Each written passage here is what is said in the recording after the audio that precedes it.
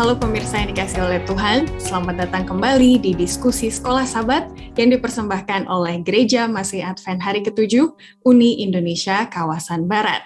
Di pelajaran yang ke-7, tidak terasa ya, kita akan membahas mengenai hukum dan kasih karunia, sebuah doktrin yang sangat mendasar bagi orang Kristen, jangan sampai kita salah mengerti dan salah menghidupkannya juga. Masih dalam tema besar kita, kebenaran zaman ini dalam kitab Ulangan. Jadi jangan bosan-bosannya kita mengulang sejarah dari bangsa Israel dan mari kita lihat apa relevansinya bagi kehidupan kita zaman ini. Di episode yang ke-7 ini kita akan ditemani oleh seperti biasa Pendeta David Panjaitan dari Uni Indonesia Kawasan Barat dan juga Pendeta Roy Hutasoit dari wilayah Kalimantan Barat. Shalom Bapak Pendeta sekalian. Shalom, Ivy. Shalom. Shalom, Tuhan berkati, Ivy. Ya, apa kabar Pendeta Hutasoit? Ada berita yang bisa disampaikan nggak dari Kalimantan Barat? Biar kami, saudara-saudara di wilayah lain juga up to date ya dengan teman-teman kami di Kalimantan Barat. Kita puji Tuhan, terima kasih atas doa saudara-saudara, baik para pendengar melalui channel komunikasi Uni Indonesia Kawasan Barat maupun juga melalui saluran yang lain. Salam dari umat Tuhan, wilayah Kalimantan Barat, anggota gereja kita ada 23 jemaat, 58 cabang, dan hampir 3.000 anggota jemaat. Dan saat ini, khususnya mendekati penghujung tahun 2021 ini, sedang bergiat untuk penarikan jiwa dan belajar Alkitab. Salah satunya adalah tentu belajar sekolah Sabat. Di atas doanya dan salam dari kami. Terima kasih Pendeta, semoga di episode kali ini banyak teman-teman dan saudara-saudara dari Kalimantan Barat yang menonton ya. Jadi welcome, selamat datang, selamat bergabung, semoga di minggu-minggu ke depannya juga boleh bergabung dan juga membagikan link ini ya Pendeta, biar lebih banyak lagi yang tahu keberadaan umat Tuhan yang khusus di daerah Kalimantan Barat. Amin. Baik, kita akan mulai segera, sebelumnya saya undang Pendeta Roy Hutasoit, bolehkah berdoa bagi kita? Baik, para pendengar semuanya dan saudara, kita tunduk kepala menyatukan hati kita berdoa. Tuhan sumber hikmat, pencipta kami, dan Engkau Roh Kudus yang selalu menuntun hidup kami. Sejak permulaan zaman hingga pada masa bangsa Israel dan juga mendekati akhir sejarah dunia ini, bahwa seluruh kejadian dan peristiwa adalah sejarah yang kudus. Dan kami akan merenungkan sejarah kudus melalui kitab Ulangan. Khususnya pada pelajaran yang ke-7 ini. Bahwa kasih Tuhan, identitas Tuhan, penebusan Tuhan, dan segala sesuatu karunia Tuhan akan kami selidiki dengan terang sorga. Terima kasih Tuhan, karena terang sorga juga akan bersama dengan kami dan seluruh umat-Mu yang mendengarkan pembahasan ini. Kami berdoa dalam nama Yesus. Amin. Amin. Terima kasih Pendeta. Kalau pemirsa perhatikan doa Pendeta tadi, itu sebenarnya poin-poin dari pelajaran kita sudah disebutkan ya. Ada terang, karena memang Torah itu juga artinya terang ya, kalau saya pelajari, dan terang itu akan memberikan kehidupan bagi bangsa Israel. Ada hukum, ada kasih karunia Tuhan, dan lain-lain yang akan kita selidiki lebih lanjut. Sebelumnya saya ingin membacakan ayat inti dari pelajaran ke-7 ini, terdapat dalam Galatia 2 ayat 21.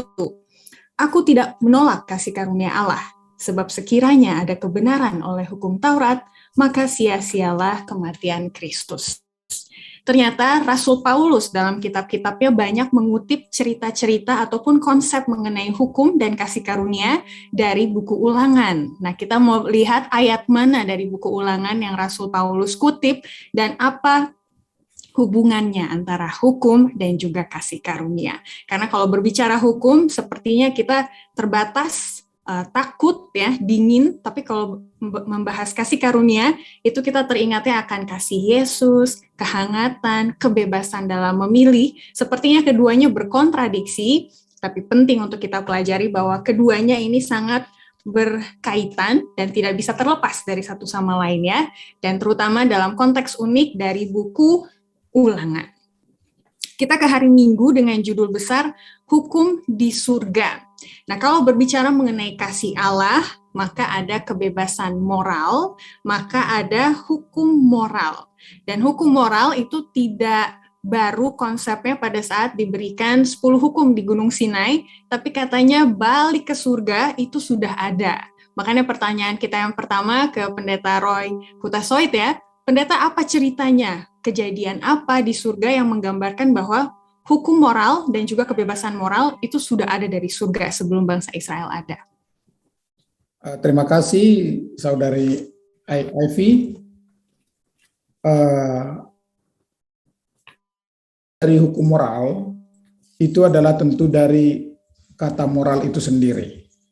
Dalam pengertian sehari-hari, moral itu adalah berhubungan dengan etika, baik atau buruk, berhubungan dengan kesopan santunan, dan berhubungan dengan boleh atau tidak. Dan itu sebenarnya adalah nilai-nilai atau identitas Allah sendiri. Nah, sebelum Allah menciptakan manusia termasuk dengan bumi kita ini, bahwa Allah ingin agar seluruh alam semesta, jadi bukan hanya bumi ini, tapi seluruh alam semesta ini, termasuk surga, termasuk penghuni-penghuni surga, yaitu para malaikat, mengetahui bahwa Allah itu moralnya adalah kasih. Sifat dasarnya adalah kasih. Dan satu-satunya cara cara dan yang paling terbaik untuk menyatakan bahwa Allah moralnya itu adalah kasih. Allah berkorban bagi ciptaannya. Nah, itu sebabnya dalam rencana penebusan di sorga, di dalam Dewan Trinitas Tuhan, sebelum dunia diciptakan, termasuk manusia di dalamnya, maka Allah tahu bahwa akan terjadi dosa. Nah, dari mana awalnya dosa? Sebenarnya bukan dimulai di bumi. Kalau kita melihat kepada tulisan yang ditulis oleh dalam Yeskel pasal yang ke-28 dengan mengambil ilustrasi dari Raja Tirus, ya. Kalau kita melihat kembali 2 pasal sebelumnya dalam Yeskel 26 bahwa Tirus itu adalah bangsa pada zaman bangsa Israel setelah masuk nanti ke tanah Kanaan, sering membuat, walaupun ini bangsa yang berkompetisi, tetapi mereka ada kerjasama, seperti mau pembangunan dulu adalah pada zaman Daud untuk penyediaan bahan-bahan pembangunan Ka'bah atau Bait Suci. Tetapi kemudian Tirus itu tentu oleh karena pemimpinnya, rajanya ada kesombongan. Lalu di dalam nubuatan pasal yang ke-28 dari kitab Yeskel, oleh karena kesombonganmu engkau itu akan jatuh. Tetapi ternyata ini bukan hanya menggambarkan kepada Tirus, lebih jauh. Sebab kalau kita melihat pada ayat yang ke-15 dan ayat yang ke-16, ada di situ kata-kata, anak kalimat yang menggambarkan bahwa itu bukan hanya sekadar kepada Raja Tirus, tetapi itu ada lebih mengarah kepada satu oknum yang diciptakan Tuhan yang harusnya dia berkaca. Kalau berkaca artinya dia tahu dirinya, tetapi dia tidak berkaca. Apa itu? Nah, boleh kita buka dalam Alkitab kita, dalam Yeskel pasal yang ke-28. Yang kita mulai pada ayat yang ke-15. Apa yang disebutkan oleh firman Tuhan? Engkau tak bercela dalam tingkah lakumu sejak hari penciptaanmu, sampai terdapat kecurangan padamu. Ayat yang ke-16, dengan dagangmu yang besar, engkau penuh dengan kekerasan, dan engkau berbuat dosa, maka kubuangkan engkau dari gunung Allah, dan kerup yang berjaga membinasakan engkau dari tengah batu-batu yang bercahaya. Ini lebih dari menggambarkan Raja Tirus, sebab Raja Tirus itu manusia yang berdosa yang terbatas. Tapi di sini disampaikan pada ayat yang ke-15 dan 16 dari Yeskel 28 ini, bahwa dia tidak bercerah, sempurna sejak penciptaannya. Kemudian dia itu ada disebutkan di dalam Eden, Taman Eden Tuhan, berarti itu ada di sorga. Itu adalah Lucifer yang berubah menjadi setan. Lucifer dari kata lux, cahaya, bintang kejora, bintang fajar, tapi kemudian menjadi berdosa, yaitu menjadi setan atau iblis. Oleh karena kesombongannya, bahkan sepertiga dari malaikat sorga, dia bisa pengaruhi, turut di dalam sifat dan perbuatan dosa kesombongannya, maka dia pun dikeluarkan dari sorga. Disebutkan di dalam ayat kita tadi, dibuang dari Eden sorga. Nah, itulah asal mula dosa, sehingga ketika di Taman Eden, Hawa, kita tahu kisahnya di dalam kitab Kejadian pasal 2 dan 3, maka setan yang menyaruh ke dalam ular lalu mencobai Hawa, kemudian Hawa tidak menurut kepada Tuhan. Dalam Hawa, Adam dan Hawa ada moral Tuhan. Sebab ketika Tuhan berkata, semua buah pohon yang ada di dalam taman ini boleh kamu ambil dan makan buahnya, kecuali ada 2. Pohon kehidupan dan pohon pengetahuan baik dan jahat. Kalau mereka mengikuti Tuhan, menurut kepada perintah Tuhan, perintah itu adalah juga termasuk dengan Torah, maka moral yang Tuhan ikuti itu membuat mereka menjadi makhluk yang bermoral. Itulah salah satu hukum moral yang tertinggi. Dan ketika mereka melanggar moral itu dengan mengambil buah dan memakannya, ingat kembali, Adam dan Hawa, khususnya Hawa, dosa bukan dimulai ketika dia memetik buah dan memakan. Tetapi dosa dimulai sudah dalam pikirannya, yaitu ketidakpercayaan sepenuhnya kepada Tuhan. Moralnya menjadi tergerus, dan ketika dia mengambil buah, itu adalah sudah buah dari dosa, tindakan dari dosa. Itu makanya dalam hidup kita sehari-hari perlu berhati-hati. Tidak harus contoh, mengambil uang orang lain tanpa permisi itu baru dosa. Tetapi ketika itu sudah mulai dalam pikiran niat untuk melakukan dosa, sebelum ada kesempatan dan sebelum itu diwujudkan dalam bentuk tindakan, dosa sudah mulai tercatat. Tinggal menunggu waktu. Seringkali ketika kesempatan tidak ada, tetapi tidak ada rasa untuk bertobat dan menyesali niat itu, dan itu tetap akan tercatat sebagai dosa. Jadi kembali, itulah pentingnya moral, dan hukum moral Allah adalah kebaikan-kebaikan, kebenaran Tuhan yang ada dalam hidup kita. Dan kebaikan Tuhan atau kebenaran Tuhan dengan berjalannya sejarah, awalnya Adam dan Hawa cukup dengan disebut hukum moral. Apa itu? Dengarkan perintah Tuhan. Kalimat yang sederhana. Sebab intelijensia mereka masih begitu hampir mendekati sempurna karena baru berdosa. Tetapi dengan berjalannya sejarah sampai kepada keturunannya, sampai singkat cerita kepada bangsa Israel, makin merosot manusia, maka Tuhan perlu untuk membuat hukum moral itu dalam bentuk lebih rinci.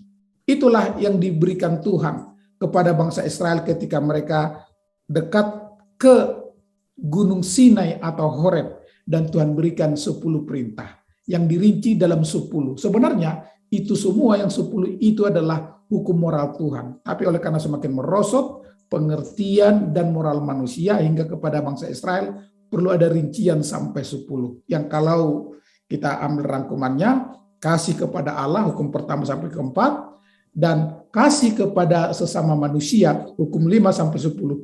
Kalau dirangkumkan semuanya, kasih.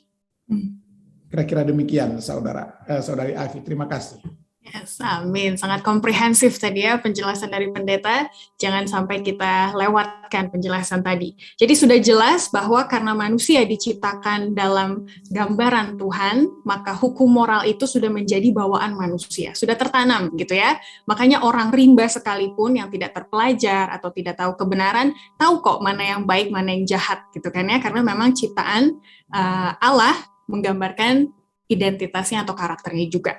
Nah, pertanyaannya sekarang, Pendeta David, kalau hukum itu memang sudah ada di dalam kita tanpa perlu diajar, tapi masih bisa salah kita mengartikan hukum tersebut, mengacu kepada pertanyaan pertama di hari Jumat, masih bisa legalisme. salah memakai atau mengaplikasikan hukum tersebut ya.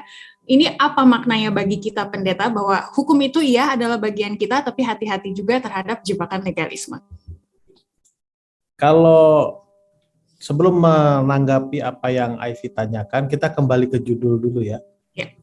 Hukum dan kasih karunia. Ini satu kesatuan yang tidak bisa dipisahkan, tetapi dua situasi, dua kata yang tidak bisa digabungkan. Kalau boleh saya katakan seperti rel kereta api ya. Kalau dalam bahasa lebaynya ya orang muda katakan berdampingan tapi tak pernah bersama kira-kira, atau berdampingan tapi tidak pernah bertemu kira-kira seperti itulah. Pendeta Roy kalau masalah pujangga beliau jagonya. Karena dulu di percetakan. Nah, kita harus pisahkan antara pengertian hukum dengan pengertian kasih karunia, kan begitu. Apa sih fungsi hukum? Hukum itu kan untuk memberitahu kepada kita mana yang benar, mana yang salah. Kan kira-kira seperti itu. Boleh dalam bahasa sederhana, hukum itu adalah rambu-rambu atau batasan. Nah, jelas hukum mengatakan atau Alkitab mengatakan kalau kamu melanggar, hukumannya adalah mati. Itu jelas, buku Roma 6 juga katakan itu kan gitu. Nah, masalahnya adalah manusia harus menerima hukuman itu, tidak bisa tidak. Tetapi kenyataannya Allah kita itu adalah Allah yang kasih. Seperti tadi pendeta sudah katakan. Lalu yang kedua, tujuan Allah menciptakan manusia itu bukan untuk mati, tapi untuk hidup sehat, hidup umur panjang, sehat dan senang. Tapi masalahnya waktu itu tidak bisa karena manusia itu sudah melanggar dan sudah dinyatakan bersalah.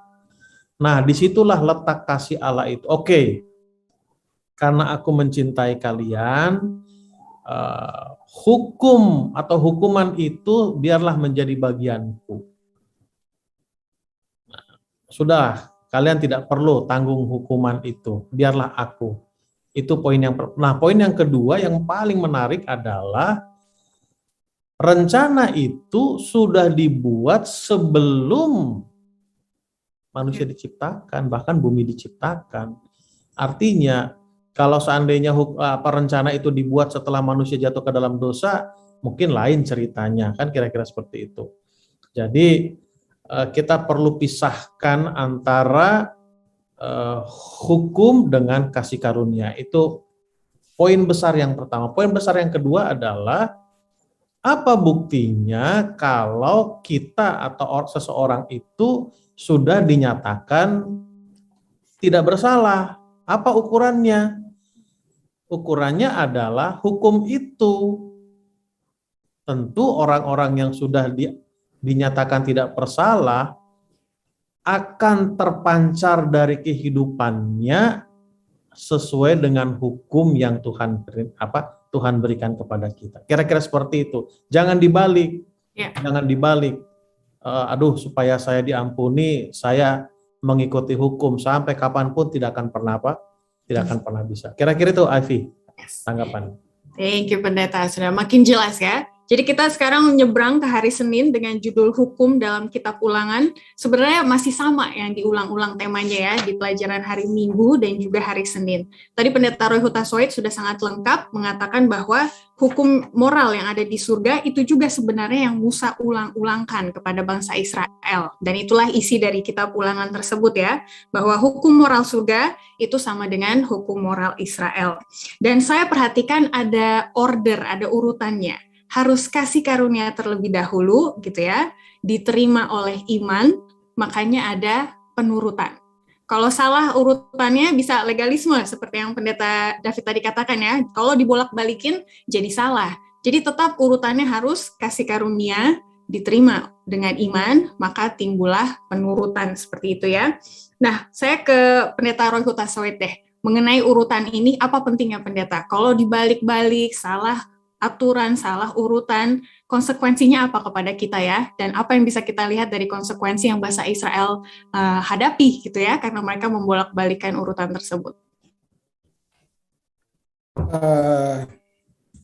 Sifat dasar manusia adalah penasaran. Oke. Dan justru sifat penasaran atau rasa ingin tahu itulah awal untuk kepada langkah-langkah ilmiah dan penelitian. Nah, bagi anak yang masih kecil, salah satu yang mereka senangi adalah bagaimana mencoba sesuatu hal yang baru. Termasuk dengan games, misalnya puzzle. Menyusun gambar, kemudian dipotong-potong, lalu nanti diacak-acak, lalu disusun lagi. Nah, kalau bisa menyusun puzzle itu, tentu dengan waktu yang lama, apalagi dengan tingkat kognitif seorang anak, itu bisa lama. Tapi walaupun lama, itu akan dapat selesai, walaupun dia copot, ganti posisi kepada puzzle yang lain, akhirnya kalau dia sabar, akhirnya jadi juga. Tapi kalau tidak sabar, ya tidak jadi. Terburu-buru, bukan hanya sabar dari segi waktu, tapi sabar dari segi mental. Ya kan? Nah, itu jadi kalau puzzle-nya sudah cocok. Kalau tidak cocok, tidak jadi puzzle-nya itu. Nah, atau kita kalau berpakaian, yang seharusnya pakaian di atas dipakai di bawah.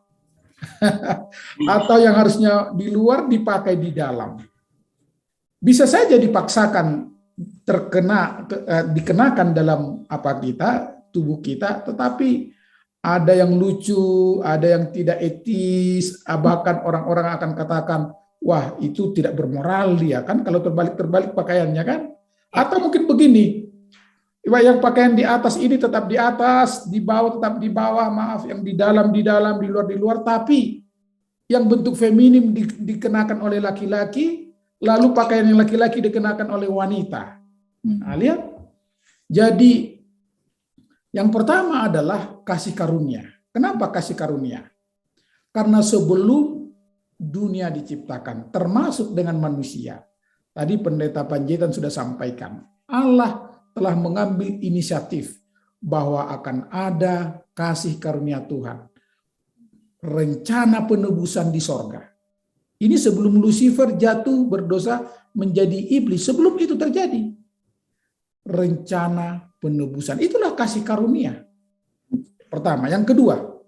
Karena kasih Allah lah makanya dunia dan kita diciptakan. Lebih jauh kalau kita membaca ada satu buku yang bagus yang dituliskan oleh seorang penulisnya yang bernama Ellen. Dalam buku yang diinspirasikan namanya Kemenangan Akhir terjemahan bahasa Indonesia, di bagian pendahuluan dituliskan bahwa karena kasih Allah hendak dinyatakan, makanya manusia diciptakan. Yang kedua. Dan yang ketiga, karena kasih Allah lah kasih karunia, Tuhan tahu bahwa agar manusia itu bisa hidup segambar dengan Tuhan di dalam kitab Kejadian, karena nanti manusia diciptakan segambar, sepeta, secitra dengan Tuhan, maka Tuhan menanamkan sifat-sifat ilahi itu ke dalam dirinya. Kata menanamkan itu bersinonim dengan memberikan. Contoh, kalau kita hendak menanam benih, kan harus diberikan kan? Nah, memberikan itu kan karunia. Nah, jadi dan sebenarnya dalam hidup kita ini segala sesuatu itulah karunia Tuhan. Dan ketika itu berhubungan dengan keselamatan yang disebut dengan kasih karunia. Jadi urutan pertama dalam yang betul kasih karunia. Lalu agar kita dapat menghidupkan tabiat Tuhan, sifat-sifat Tuhan yang disebut dalam hukum. Sebab hukum itu adalah sebenarnya itu adalah kembali itu sifat-sifat Tuhan, tabiat Tuhan ya. Gambaran tabiat Tuhan maksud kami. Kalau dalam dunia pendidikan itu bagi sekolah dasar menengah itu disebut dengan raport. Kalau sudah di university namanya itulah transkrip. Transkrip itu adalah gambaran tapi tidak persis. gambaran dari apa yang dia pelajari dan apa yang dia pahami dalam pelajarannya sepanjang pendidikannya, masa pendidikannya. Dan itu makanya kalau ada seseorang misalnya hendak melamar pekerjaan, maka HRD-nya pertama dilihat dulu dia punya transkrip gambaran. Nah, jadi hukum itu adalah gambaran transkrip dari sifat Tuhan. Tidak persis seperti itu hanya sebagian kecil. Tapi walaupun sebagian kecil, kalau kita hidup sesuai dengan terang yang ada di dalam hukum Tuhan itu, maka sifat Tuhan yang lebih luas itu akan dapat kita hidupkan. Sebab nanti, bila mana kita sudah hidup di tempat yang kekal, di tempat yang kekal itulah surga, kemudian nanti di dunia ini yang telah diperbarui menjadi dunia baru, kita kan akan belajar terus, kan disebutkan. Belajar terus apa yang dipelajari, yaitu sifat Tuhan itu dan menghidupkannya. Maka kita akan menjadi sempurna dan itu tidak akan pernah habis untuk mempelajarinya. Sebab apa? Karena begini, kesempurnaan itu ada dua. Satu, absolute perfection, kesempurnaan absolut mutlak tidak terbatas itu hanya dimiliki Tuhan, dimiliki Allah. Dan yang kedua, relative perfection, kesempurnaan yang relatif. Contoh, itu adalah dimiliki oleh manusia. Contoh, Adam dan Hawa. Sebelum mereka berdosa, mereka sempurna? Sempurna. Tapi apakah Adam dan Hawa tahu bahwa nanti mereka akan jatuh ke dalam dosa? Tidak tahu. Tuhan tahu? Tuhan tahu. Karena absolute perfection Allah itu, manusia hanya relative perfection. Nah, begitu juga nanti, bahkan di dunia baru, kita yang sudah disempurnakan itu pun masih relative perfection. Nah, jadi kita akan belajar terus nanti kasih Tuhan. Dan ketika kita belajar kasih Tuhan, kita akan hidup sesuai dengan sifat-sifat Tuhan. Itulah prinsip hukum. Ya, jadi hukum itu adalah bukan hukuman, tapi prinsip hidup untuk sesuai dengan tabiat atau sifat Tuhan. Makanya itu menjadi terang. Makanya pemazmur, ya kan, dalam Mazmur yang kesukaan kita, Mazmur 119 ayat 105 ya. Ya, betul. 105. Firman-Mu itu pelita bagi kakiku. Kata firman di situ bukan hanya Alkitab, tapi adalah kebenaran sifat-sifat Tuhan. Menjadi pelita bagi kakiku dan terang bagi jalan perjalanan hidup kita. Kira-kira demikian ya, Saudari Aisy. Terima kasih Pendeta sudah menekankan ya pentingnya kasih karunia untuk datang duluan sebelum itu membawa kepada sebuah kehidupan karena penurutan. Nah, pertanyaan berikutnya Pendeta David Panjaitan, apakah kasih karunia Tuhan selalu membawa penurutan? Boleh nggak kita cuma, wah saya mengagumi ya ternyata hukum Tuhan itu baik, tapi saya punya pilihan hidup lain deh, saya nggak menurut kepada Yesus, saya menurutnya kepada yang lain gitu. Kalau mau lihat ordernya kan, kasih karunia, iman, pasti penurutan. Apakah pasti responnya itu penurutan, Pendeta? Kalau dibilang pasti tidak juga ya. Karena habis 1, 2, 3 kan gitu. Ya. Nah, habis 1 tidak otomatis 2. Tergantung hitungan berikutnya mau kedua atau tidak, kan kira-kira seperti itu. Ya. Kenapa saya ambil ilustrasi itu? Kasih karunia itu kan pemberian Allah dengan cuma-cuma. Lalu penurutan itu adalah hasil daripada respon seseorang menerima kasih karunia itu. Nah, kalau tidak diterima, ya tentu tidak akan menghasilkan penurutan, kan kira-kira begitu. Sama seperti ini Ivy, ilustrasinya mungkin kalau boleh saya buat contohasi. Ya. Apakah makanan bikin kenyang? Ya tidak. Makanan yang dimakan yang membuat kenyang, kan gitu. Mau berapa banyak pun makanan di situ, kalau nggak kita makan mau bilang apa, tetap aja kelaparan. Makanya ada istilah ini Pendeta Roy pasti tahu. Jangan sampai tikus kelaparan di lumbung, kan kira-kira begitu Pendeta Tasoit. Ada makanan dan dimakan kelaparan, ya salah sopo, salah yang nggak mau terima, kan itu aja. Oke, thank you. Berarti ini menarik ya mengenai pilihan, dan itu akan kita pelajari lebih lanjut di minggu depan, pelajaran ke-8. Jadi kita tahan dulu. Beralih ke hari Selasa dengan judul Let of Luck. Nah, ini bahasa yang baru saya tahu pada minggu hari ini, tapi nanti kita akan bahas Katanya, kalau memang kasih karunia itu adalah tahap pertama yang penting, tapi banyak orang tidak bisa melihat kasih karunia Tuhan karena gambaran Tuhan di Perjanjian Lama itu berbeda dengan konsep kasih karunia, katanya gitu ya. Allah dilihat sebagai orang yang keras, kasar, suka membalas dendam, dan memiliki roh yang jahat. Tapi bagaimana, Pendeta Raguta Soit, kita melihat bahwa gambaran Tuhan di Perjanjian Lama yang keras dan kasar ini itu sebenarnya adalah pemenuhan dari kasih karunia yang dia miliki. Boleh tolong kita untuk mengerti lebih jauh, Pendeta?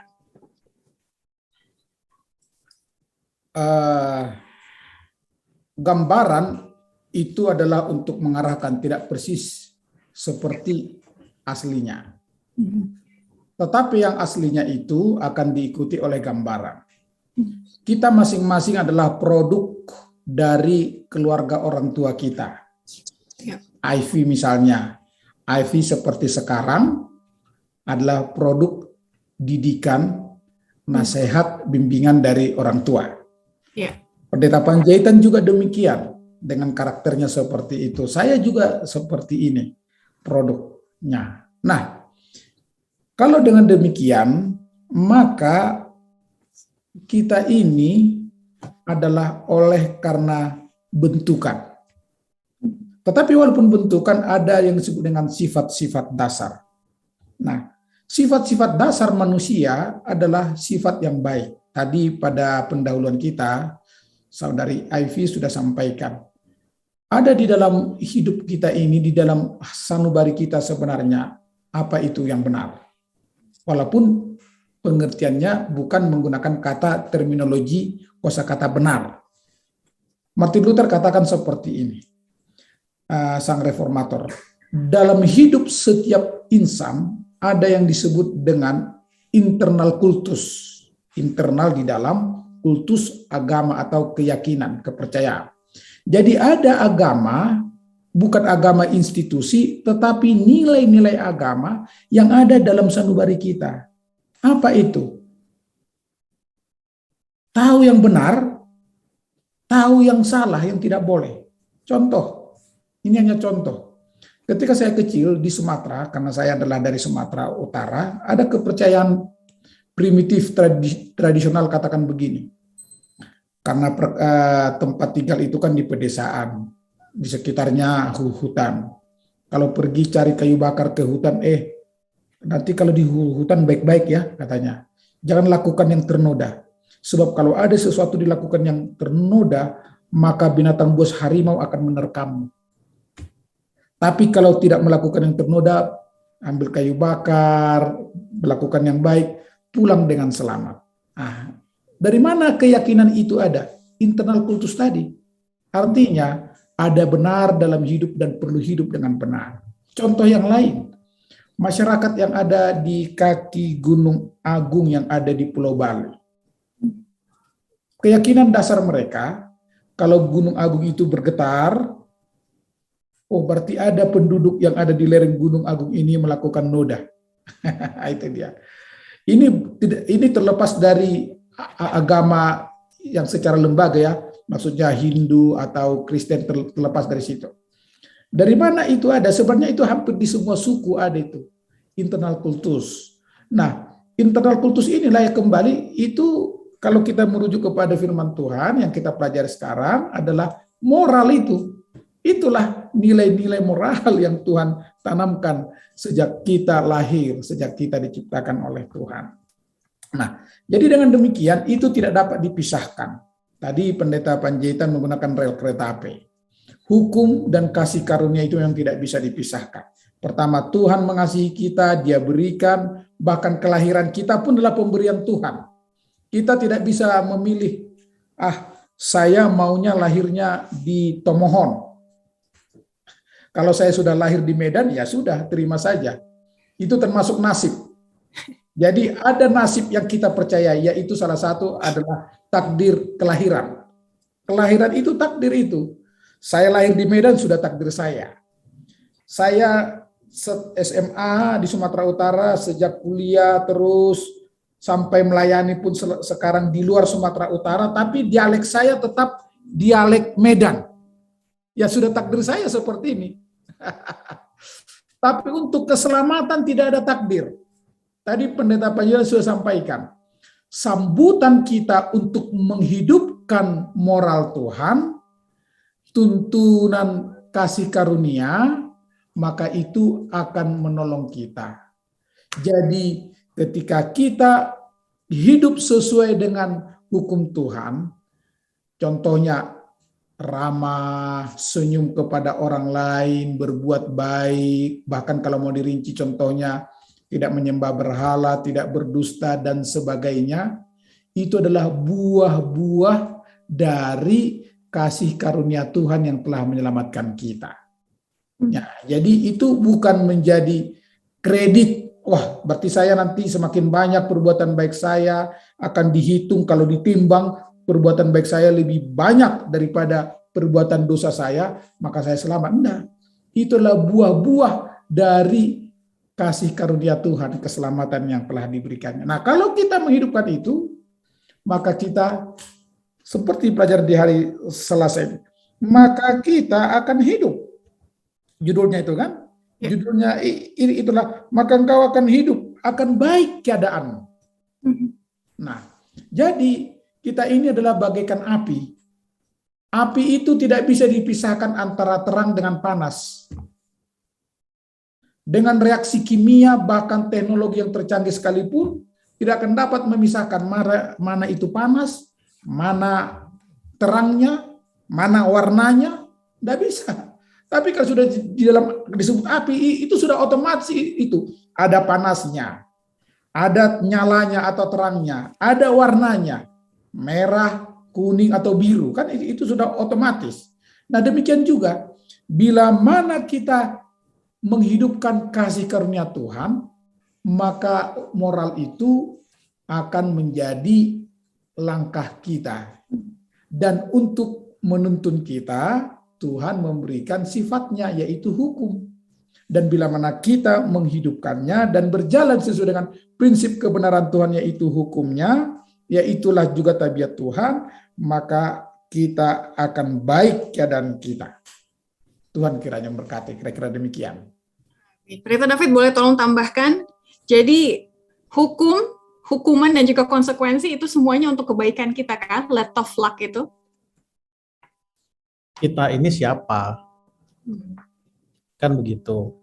Kita yang tidak terkena hukuman atau kita yang terkena hukuman, kan kira-kira begitu. Oke, saya akan respon dua-duanya. Pertama, kebaikan untuk yang tidak terkena hukuman. Kenapa saya katakan demikian? Karena mereka akan melihat bahwa apa yang Tuhan katakan itu ditepati. Upah dosa adalah apa? Maut. Artinya, ya, lalu yang kedua, dengan pilihan sadar, maka manusia memilih untuk tidak berdosa lagi. Berdosa dalam arti melawan perintah Tuhan, kan kira-kira seperti itu. Nah, bagi yang menerima hukuman, itu bukan satu kebaikan, tapi itu memang bagiannya. Kenapa saya katakan bukan satu kebaikan? Karena setelah hukuman itu tidak akan ada apa-apa lagi. Ya udah selesai. Makanya buku Yohanes 5 itu katakan ada yang dibangkitkan untuk mendapatkan hidup kekal, ada juga yang dibangkitkan untuk mendapatkan apa? Mendapatkan upah dari perbuatannya, yaitu kematian apa? Yang kekal. Itu dari segi hukum dan hukuman ya. Tapi dari segi yang lain kita bisa lihat, pada waktu Allah tidak mengizinkan orang berdosa itu masuk surga, itu satu kebaikan. Itu satu ekspresi kebaikan dari Allah yang mencintai kita semua, yang berdosa dan tidak berdosa. Kenapa saya katakan demikian? Nah, ini tadi Pendeta Roy Kutaswit ceritakan masalah latar belakangnya. Saya orang Batak memang, tapi besar di Jawa Barat, ya di Bandung. Biasanya makanan orang Jawa Barat itu manis-manis. Pas taste-nya itu manis. Tiba-tiba disuruh ke Sumatera Utara yang taste-nya agak sedikit pedas. Ya kalau dipaksakan Pendeta David harus tinggal di Sumatera Utara, padahal tesnya tidak sesuai dengan seleranya, makanan di sana tidak seleranya. Itu kan penderitaan kan. Atau sebaliknya, Pendeta Huta Soit yang biasa makan agak sedikit pedas, tiba-tiba ditakdirkan ya, tanda kutip ya tadi Pendeta Soit ya, harus di sana, tidak bisa pindah. Wah, penderitaan buat dia. Kan kira-kira seperti itu. Jadi jawaban saya adalah, kalau dibilang itu satu kebaikan, untuk yang tidak menerima hukuman itu kebaikan. Tapi untuk yang menerima hukuman, oke, itulah bagianmu, sudah itu selesai. Kenapa saya katakan bukan kebaikan? Jangan sampai ada orang punya pengertian setelah orang mendapatkan hukuman, bisa lagi masuk ke dalam apa? Kerajaan sorga. Saya khawatir akan ada orang mengertinya seperti itu. Nah, orang itu tidak diizinkan masuk dalam kerajaan sorga, bukan Allah itu kejam, tapi itu justru ekspresi dari kasih Allah kepada setiap manusia, termasuk orang apa yang berdosa itu. Karena Allah membenci dosa, bukan membenci orang berdosa itu. Betul, dan untuk mengenai kematian dan juga kehidupan kekal nanti minggu depan juga akan dibahas. Jadi tetap bersama dengan kita ya. Waktu berjalan terus, jadi kita akan singkat-singkat coba ke hari Rabu mengenai seorang budak di Mesir. Jadi salah satu hal yang diulang-ulang terus di kitab Ulangan adalah latar belakang mereka, bahwa mereka dulu adalah sebuah umat tahanan gitu ya, budak, dan akhirnya mereka bebas. Dan itu di buku Ulangan dimasukkan ke dalam hukum yang keempat. Beda dengan loh batu yang pertama, Musa waktu menceritakannya tidak menyinggung mengenai perbudakan di Mesir, tapi di Ulangan disinggung lagi. Nah, ini apa maknanya Pendeta Roy Huta Soit? Musa menekankan bahwa hari Sabat itu konsepnya penting untuk menggambarkan kasih karunia dan juga hukum. Kita jangan pernah lupa bangsa Israel di tanah Mesir, ketika mereka berangkat datang ke tanah Mesir kan belum bangsa, tapi dianggap adalah satu kelompok keluarga besar, yaitu ketika didahului dengan Yusuf berada di Mesir, lalu kemudian Yakub dengan ke-11 anaknya, kecuali anak putrinya Dina, itu kan tidak ikut, ya kan? Jadi dengan ke-11 anaknya dan cucu-cucunya berangkat ke Mesir, lalu pada zaman Yusuf dibuatlah mereka di sebuah tempat yang istimewa di tanah Mesir, itu namanya di Goshen. Dengan berjalannya waktu, setelah Yusuf meninggal, kembali sampai beberapa generasi yang tidak lagi mengenal, bahkan hampir lupa dengan kisah tentang Yusuf. Nah, bangsa Israel juga, Israel pun sudah menjadi bangsa, artinya karena sudah banyak. Nah, jangan pernah kita lupa bahwa dulu penentuan sekelompok orang banyak itu menjadi bangsa tidak seperti sekarang. Kalau sekarang kan PBB contohnya ada administratifnya, satu bangsa punya struktur pemerintahan, ada undang-undang dan segala macam. Kalau dulu tidak ada, PBB yang menentukan tidak ada.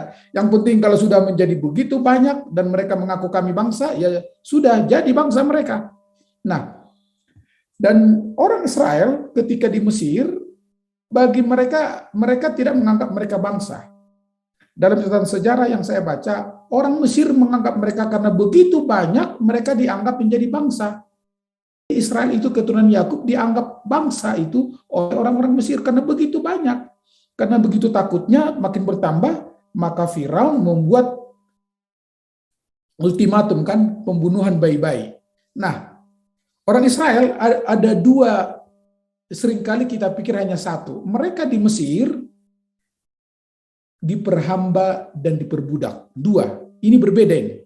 Apa bedanya diperhamba dan diperbudak? Diperhamba adalah itu dari segi profesi atau pekerjaannya. Mereka tidak bebas, hanya dikasih kerja keras. Seperti sejarah Indonesia di zaman Jepang, Romusha. Hanya dikasih makan sedikit, dipaksa bekerja tanpa batas waktu malah. Itu yang disebut dengan diperhamba. Yang kedua, diperbudak statusnya, identitasnya budak.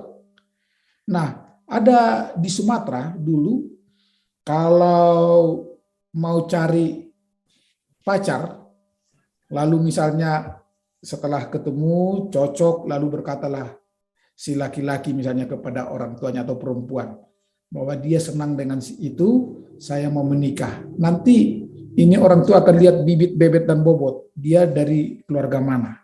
Ada istilah begini, kalau anak, jadi kan rumah dulu kan rumah panggung pakai tangga dia, ada anak tangganya. Kalau anak tangganya jumlahnya genap, nggak boleh. Karena sudah diidentitaskan, rumah dengan anak tangga genap itu adalah keturunan budak. Karena dulu ada perbudakan. Jadi wah ini bibit bobotnya nggak cocok ini, nggak boleh. Harus yang anak tangga ganjil. Nah itu namanya status. Jadi bangsa Israel itu selain mereka diperhamba, kerja keras, ditekan, mereka juga statusnya budak. Budak mereka statusnya. Itu makanya ini yang ditekankan pada hari Rabu ini. Ingat, kalian bukan hanya dibuat kerja keras, kalian bukan hanya merdeka sekarang dituntun Tuhan, tapi status kalian sudah berubah. Yang tadinya kalian seorang budak, sekarang menjadi merdeka, menjadi anak-anak Tuhan. Satu. Yang kedua, begitu kalian di sana diperhamba dan diperbudak tidak menyembah Tuhan, bahkan sudah lupa hari Sabat, sekarang kalian menjadi bangsa yang merdeka dan menyembah Tuhan. Makanya, apa permintaan pertama Musa ketika Tuhan utus dia dari Midian untuk datang ke tanah Mesir ketemu dengan Firaun? Permintaan pertama adalah berikanlah kesempatan kepada bangsa Israel untuk keluar agar mereka dapat menyembah Tuhan dan beribadah kepadanya. Jadi konsep seorang hamba dan budak di Mesir keluar itu pertama adalah Sabat. Untuk menyembah Tuhan.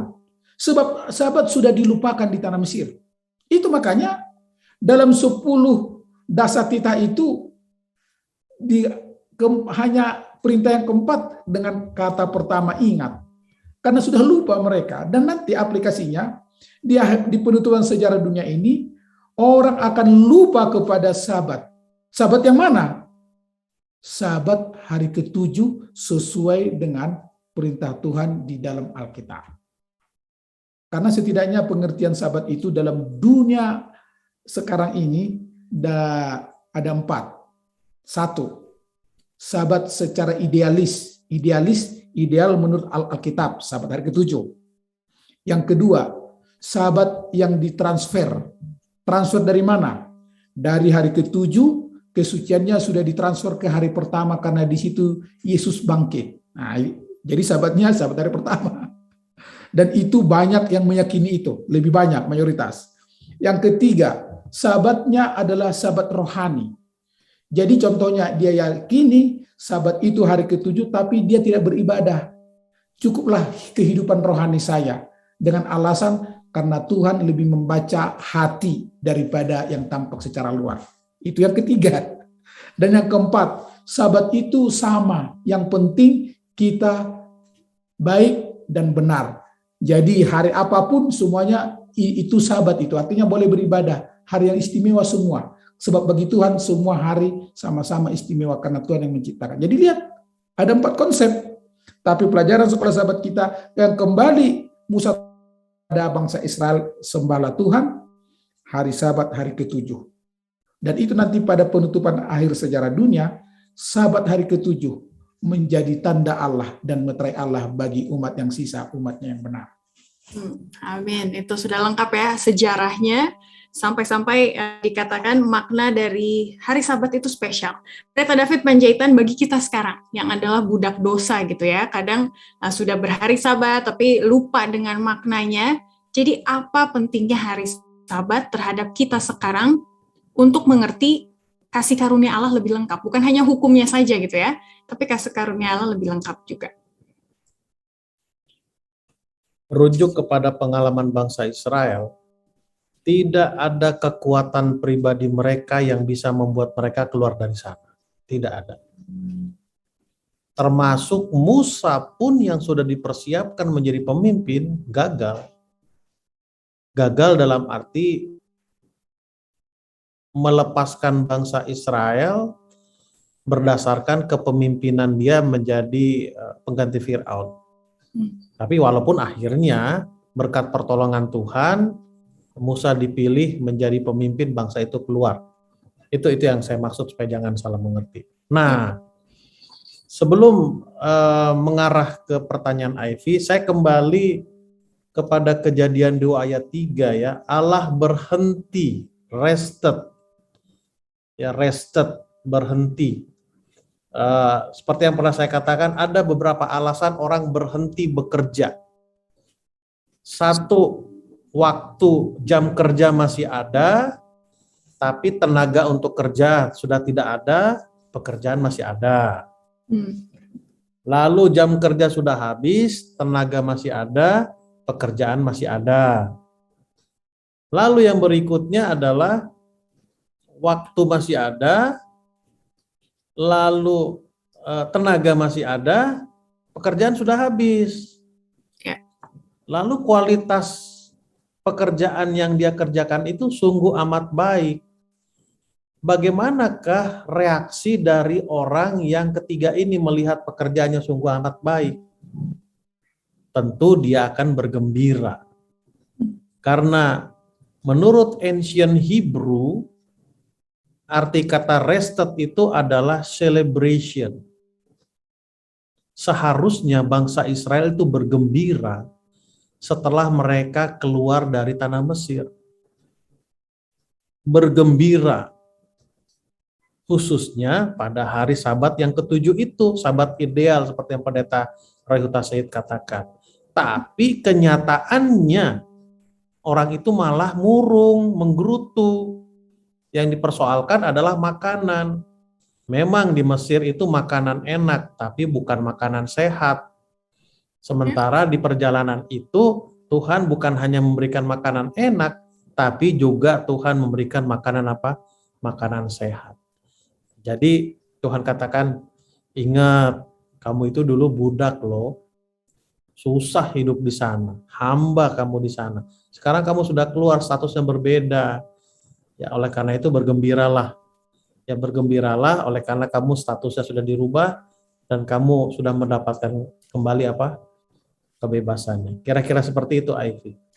Jadi maknanya bagi kita yang tinggal zaman sekarang, kalau kita percaya kita sudah diselamatkan oleh Tuhan, mari kita rayakan itu ya di hari Sabat.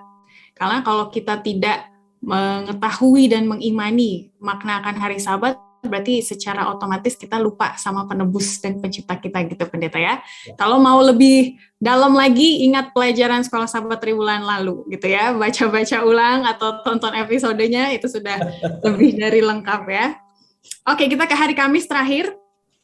Dikatakan bahwa hukum Tuhan adalah untuk kebaikanmu, tetapi bukan untuk membenarkanmu. Nah, itu konsep pembenaran oleh iman dan juga hukum itu seperti apa, Pendeta Roy Huta Said?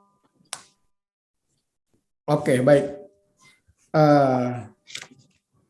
Memang betul tadi dalam hidup kita ini ada internal kultus. Ada nilai-nilai kebenaran. Tapi seringkali sebagaimana Paulus tuliskan dalam kitab Roma pasal 2, diteruskan kepada pasal 4, ada yang bertentangan, ingin hati memeluk gunung, apa daya tangan tak sampai, katanya kan. Ingin maunya senyum kepada orang, wah nanti saya berangkat dari rumah mau tempat kuliah, kata anak mahasiswa contohnya, atau mau ke tempat kerja, saya mau menunjukkan dulu wajah Kristus, senyum, ramah. Tiba-tiba ada yang menyenggol kita atau yang dekat-dekat tidak pakai masker. Langsung berubah ekspresi wajah yang tadinya senyum ramah jadi ini kan jadi beda. Jadi antara keinginan dasar berbuat yang benar dengan wujudnya jadi berubah. Nah, itu makanya memang kalau dengan kekuatan kita untuk menghidupkan prinsip kebenaran Tuhan, sifatnya yaitu hukum, kita tidak akan bisa. Contoh yang lain, bisakah kita 1 detik pun memikirkan 2 hal secara bersamaan? Tidak bisa. Sepersekian detik memikirkan yang satu, sepersekian detik memikirkan yang satu. Bahkan pada momen yang membutuhkan paling fokus sekalipun, contohnya sedang ikuti ujian, ketika menuliskan jawaban, sepersekian detik kita memikirkan tangan kita menulis, sepersekian detik kita memikirkan yang lain, jawaban apa yang kita akan tuliskan. Tidak bisa hal yang sama. Nah, jadi dengan demikian kalau kita katakan, oh saya bisa fokus, saya dengan kekuatanku, saya bisa untuk menghidupkan kebenaran Tuhan, sifat Tuhan, sesuai dengan hukum Tuhan. Tidak bisa. Kenapa? Karena di dalam hidup kita ini, dalam hati kita ini, ada lagi akar yang lain, yang disebut dengan sinful nature, yaitu sifat cenderung untuk berbuat dosa. Dan itu bawaan lahir juga itu, sinful nature itu. Tapi kalau akar itu tidak dipelihara, artinya keinginan berbuat dosa itu tidak dilakukan, tidak dibuahkan, maka itu hanya sinful nature saja, hanya akar, tapi akar yang tidak menjadi hidup. Nah, demikian juga dalam hidup kita ya. Jadi bagaimana prinsip hukum itu bisa dapat kita hidupkan? Yang pertama, hanya kasih karunia Tuhan. Makanya di dalam kitab Efesus 2 ayat yang ke-8, karena kasih karunia kamu selamat dan oleh iman. Nah, iman juga saudaraku, iman itu adalah pemberian Tuhan. Dari mana itu? Yang pertama, apa itu iman? Pendeta Panjitan sudah sampaikan, respons kita. Nah, kalau kita mau berespons kan yang pertama ada kemauan. Kalau tidak ada kemauan, tidak ada respons. Sama seperti hubungan orang muda, tidak ada cinta bertepuk sebelah tangan. Itu hanya apa itu?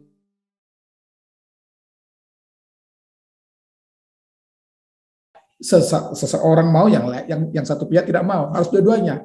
Jadi dengan demikian juga tidak ada respon kalau tidak ada kemauan.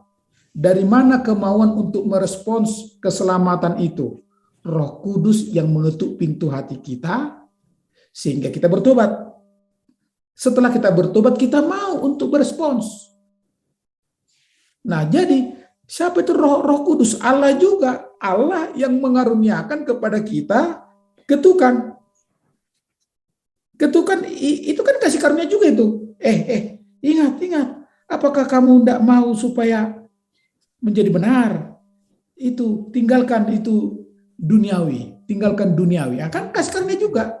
Jadi iman juga adalah diawali dengan kasih karunia Tuhan juga. Dan ketika kita respons, maka terlihatlah kehidupan kita di dalam kehidupan yang penuh dengan kasih karunia. Jadi itu bukan karena kekuatan kita saja, enggak. Sebenarnya bukan kekuatan kita, itu adalah respons kita. Makanya dalam pelajaran di hari Kamis, kebenaran itu bukan karena kekuatan kita. Dan kekuatan kita ketika kita menghidupkan kebenaran, itu bukan kebenaran kita. Makanya Rasul Paulus dalam tulisannya kepada jemaat kepada orang-orang Galatia, dia katakan dalam Galatia 2 ayat yang ke-20, kalau kita hidup sesuai dengan kebenaran Tuhan, terlihat buah-buah keselamatan itu tadi, menghidupkan prinsip tabiat Tuhan yaitu hukum, maka sebenarnya bukan lagi aku yang hidup, tetapi Kristus yang hidup di dalam aku. Dan apa yang dilihat orang adalah Kristus yang hidup di dalam aku. Ini sama seperti syair di buku nyanyian kita. Apa dunia lihat Yesus dalam hidup kita, sehingga dunia melihat dalam hidup kita sekeliling kita. Kalau kita menghidupkan Yesus, Yesus yang terlihat, bukan kita. Jadi Christ center dia ya. Jadi kebenaran itu adalah Christ center, bukan my center. Nah, kira-kira demikian. Terima kasih. Oke, itu saya anggap closing statement dari Pendeta Roy Huta Soid juga ya, karena sudah mengarahkan kita kepada Yesus yang adalah pusat dari kasih karunia dan hukum tersebut, gitu ya. Pendeta David, untuk yang terakhir, jadi katanya kalau pembenaran diri melalui hukum itu tidak mungkin karena saingannya salib. Karena Yesus membenarkan kita melalui salib. Itu gimana tuh Pendeta konekinnya? Kembali ke judul tadi. Ya. Tidak bisa digabungkan antara hukum, upah hukum, dengan kasih karunia. Itu tidak bisa digabungkan. Tetapi itu sejalan. Yaitu sejalan, artinya tidak bisa dimix, tidak bisa dimixkan. Kenapa? Upah dosa itu adalah kematian. Mati selama-lamanya. Nanti setelah kedatangan Yesus yang ketiga kali, itu dalam buku Wahyu pasal 21 dan 20 ya, 20-21. Kan kira-kira seperti itu. Oke. Nah, kasih karunia itu adalah, artinya gini, hukum itu tidak bisa menyelamatkan seseorang. Jadi hukum itu justru yang memberitahukan orang itu salah atau benar. Cukup titik sampai di situ. Ya. Ya, cukup titik sampai di situ. Nah, kalau orang melanggar, nah yang mempunyai hak menentukan orang itu bersalah atau tidak lah yang punya hak juga untuk memberikan pengampunan. Dan pengampunan itu bukan berdasarkan sesuatu yang diberikan oleh yang bersalah. Kalau pengampunan itu diberikan oleh si pemberi pengampun berdasarkan sesuatu yang diberikan oleh yang salah, itu bukan kasih karunia, itu sogokan namanya. Itu gratifikasi namanya. Kira-kira seperti itu. Itu Ivy. Oke, terima kasih closing statement dari pendeta tadi ya. Keduanya mengarahkan kita kepada ayat hafalan kita kembali gitu ya. Sia-sia kematian Kristus di kayu salib kalau kita menganggap keselamatan, kebenaran dapat kita raih dari penurutan terhadap hukum. Kita melupakan kasih karunia dari mana hukum itu muncul gitu kan ya, karena ada kasih karunia. Terima kasih kepada para pemirsa sekalian, terutama Pendeta David Panjaitan dan juga Pendeta Roy Hutasoit. Sangat seru, jadi kayaknya masih ngambang ya closing kita, tapi nggak apa-apa, kita akan lengkapi lagi di minggu depan, karena kembali lagi pilihannya kepada kita gitu kan ya, bagaimana mekanismenya itu yang akan kita pelajari bersama. Untuk menutup, bolehkah Pendeta David Panjaitan berdoa bagi para pemirsa sekalian? Baik, kita berdoa. Terima kasih Tuhan, kesempatan yang baik yang sudah kami terima, kembali mempelajari karakter-Mu, mempelajari keinginan-Mu melalui firman Tuhan, pelajaran sekolah Sabat. Kiranya apa yang telah kami perbincangkan Tuhan akan menambah kehangatan rohani kami, terlebih mempersiapkan kami untuk menyambut kedatangan-Mu yang tidak lama lagi ya Tuhan. Berdoa untuk pemirsa dimanapun mereka berada. Tuhanlah yang akan memberikan kebutuhan mereka, memperhatikan mereka, menjagai mereka sesuai dengan rencana-Mu ya Tuhan. Pertemukan kami sekali waktu dalam suasana yang lebih baik lagi dari saat ini. Di dalam nama Tuhan Yesus kami berdoa dan mengucap syukur. Amin. Amin. Terima kasih, puji Tuhan. God is good all the time. Kita akan ketemu lagi di episode berikutnya. Salam sehat bagi kita semua.